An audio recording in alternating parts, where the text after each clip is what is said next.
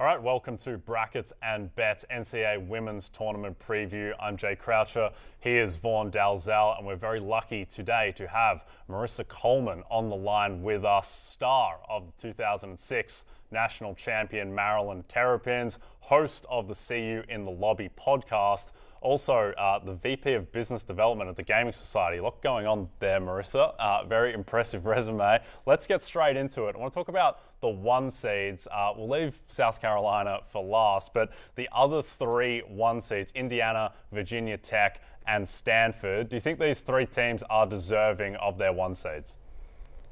It's hard. This is a unique season, and I think there's a lot of teams that were deserving of that one seed. Virginia Tech and Stanford, for me, were kind of on the bubble. I mean, you can make arguments for both of them, but if you look at Virginia Tech's schedule, I'm not sure that they had enough marquee wins, but I think what got them over that hump was winning ACC tournament. And Stanford, they have a couple bad losses this season, but I think they were given that final number one seed because they are Stanford, because they are a team that has a chance to make a deep run in the tournament. Yeah, I was not too shocked to see Stanford being a one seed here, but what I'm about to say may sound crazy to some people because in the men's tournament, it's more wide open than the women's tournament. We know South Carolina is the dominant face of college basketball right now. So even a 2 or a 3 seed in the women's bracket could be a Cinderella-esque type team because the odds are so stacked against them. So I picked out 3 teams that I really like, Marissa, and I wanted to hear your opinion on any of these 3. That would be Iowa with Caitlin Clark, UConn, you know, my team, and then also LSU, who's come out of nowhere this year and been one of the best teams in the country. Yeah, I mean, I hear why you would say those 3 teams. I do think South Carolina is the clear favorite, and then there's a bunch of teams that if the stars are aligned for them, if they have great shooting nights, they can compete as well. Iowa, I just don't think they have enough pieces. Caitlin Clark, my opinion, player of the year, great scorer, great passer. I mean, great all-around player. I just don't think they have enough pieces to beat a team like South Carolina. UConn, you can never count them out with AZ Fudd being back in the lineup. That definitely just enhances their team and gives them a better chance. I'm not sure. In LSU, I don't think they've been battle tested enough. If you look when they played South Carolina earlier in the season, there was so much hype around that game and ended up being a blowout. Although I do have in my bracket, I have it being South Carolina and LSU in the finals. But I do ultimately think that it'll be South Carolina. I just don't think LSU's been battle tested enough. And Angel Reese, if you look even historically back to when she was at Maryland, the big game, she doesn't necessarily, show up and have the games needed to help her team get the wins.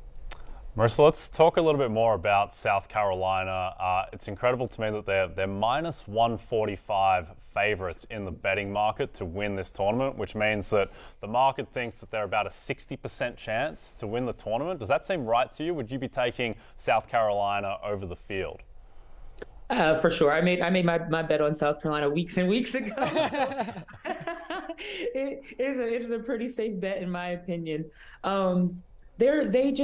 I think what's so special about South Carolina this year and what's underrated about them is their bench. They have a great bench this year, and I think that's why you see Aaliyah Boston's, her production, her numbers aren't what they were last season. And a lot of that is attributed to some of her former starters, some of her fellow starters stepping up this season, and then also just the depth of their bench. They're subbing in 6'5" players. They're subbing in, players that on other teams could be starters. I just think coupling that together with how well they're coached, the culture that Don has created there, and you've heard them time and time again this season say they just want the collective success. They don't care who gets it. They just want to win. Those are the intangibles that tournament time really are going to help get you to that championship. And I also think they want to be a team that repeats. We haven't seen a repeat national championship in quite some time. I feel like, that's something that they want to accomplish too. Aaliyah Boston being a senior, wanting to go out with a championship, go out on top. That's, every college athlete, and it doesn't matter what sport, you want that storybook ending. You want that championship to ride off into the sunsets. Yeah, it certainly sounds like you like South Carolina to repeat for sure. A lot of people do like them, and no matter what sport you're in, it's going to be very difficult to go back to back. I like South Carolina's chances better than those Kansas Jayhawks on the men's side of the bracket, that's for sure. But Marissa, you have so much going on, and you did something else for the fans. You guys set up a bracket challenge over at the Gaming Society, so why don't you tell us a little bit about that and how we could play? No, absolutely. We would love anybody to join. If go to the gamingsociety.com/bracket. Some really cool prizes. If you get a perfect bracket, $100,000. It's so easy to do. Get a perfect bracket. Perfect bracket is so easy to do. But we also have some other cool prizes. Second place, you get autographed Chelsea Gray jersey and shoes.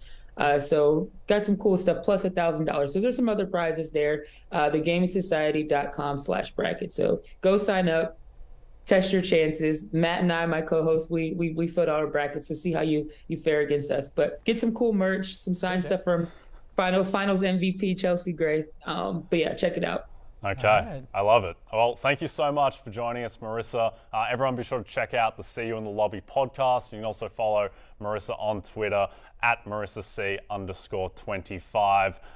And yeah, I personally hope that maybe there's a little bit of chaos and maybe someone upsets South Carolina. Not me. Go South Carolina. Let's go. Well, yeah, maybe we want the chalk. But thank you so much for joining us, Marissa. And for more coverage of the NCAA Women's Tournament, you can check out the NBC Sports YouTube channel and NBCSportsEdge.com.